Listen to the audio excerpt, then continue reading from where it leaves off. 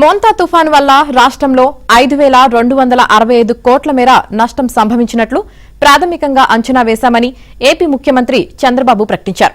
Satellite చిత్రాలు, డ్రోన్లు, CC కెమెరాల ఫుటేజ్ ఆధారంగా నష్టాన్ని అంచనా వేసినట్లు తెలిపారు.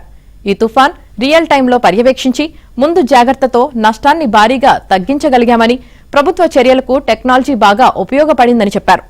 తుఫాన్ వల్ల వ్యవసాయ పంటలకు 829 కోట్లు, ఉద్యాన పంటలు 39 కోట్లు, పట్టు పరిశ్రమ 65 కోట్లు, ఆక్వా 1270 కోట్లు, ఆర్ఎండ్బి రోడ్లు 2079 కోట్లు, పురపాలక శాఖ 109 కోట్లు, జలవనరుల విభాగం 207 కోట్లు, పంచాయతీరాజ్ 8 కోట్లు, విద్యుత్ శాఖ 16 కోట్లు, పశుసంవర్ధక శాఖకు 71 లక్షలు నష్టం వాటిల్లగా రాష్ట్ర వ్యాప్తంగా 120 పశువులు చనిపోయాయని చెప్పారు.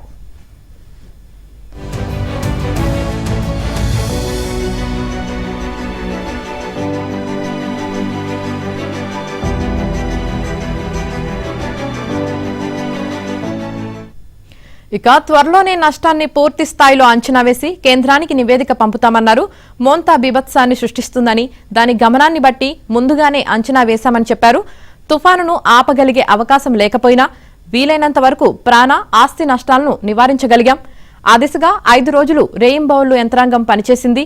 రియల్ టైం మానిటరింగ్ టెక్నాలజీ సత్ఫలితాలిచ్చాయని వివరించారు. 1 గవర్నమెంట్ 1 సిటిజన్ నినాదంతో పనిచేస్తున్నామన్నారు.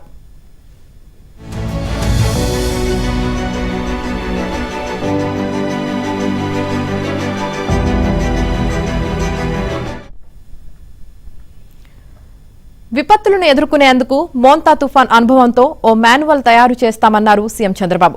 ముఖ్యమంత్రిగా చాలా తుఫాన్లను హ్యాండిల్ చేశామని, గత 16 నెలల్లో టెక్నాలజీని సమగ్రంగా తయారు చేశామన్నారు. దానిని తాజా తుఫాన్ సమయంలో ఒక పద్ధతి ప్రకారం వాడాం. విభిన్న శాఖలు సమన్వయంతో పనిచేశాయి. డేటాబేస్ తీసుకుని అందరి ఆధార్ అథెంటికేషన్తో ప్రతి ఇంటికి జియో ట్యాగ్ చేశాం. డ్రోన్లను వాడామన్నారు.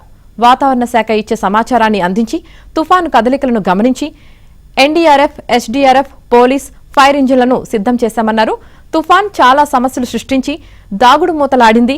కాకినాడ దగ్గర తీరం దాటుతుందని అంచనా ఉంటే తీవ్రత నెల్లూరులో ప్రారంభమై కావలి, బాపట్ల, మచిలీపట్నం మీదుగా రాజోలు దగ్గర తీరాన్ని తాకిందన్నారు. వాన పడుతుందనుకున్న చోట పడలేదు. 1,16,000 మందిని శిబిరాలకు తరలించి ఆహారం, తాగునీరు, ఇతర సౌకర్యాలు కల్పించామని తెలిపారు.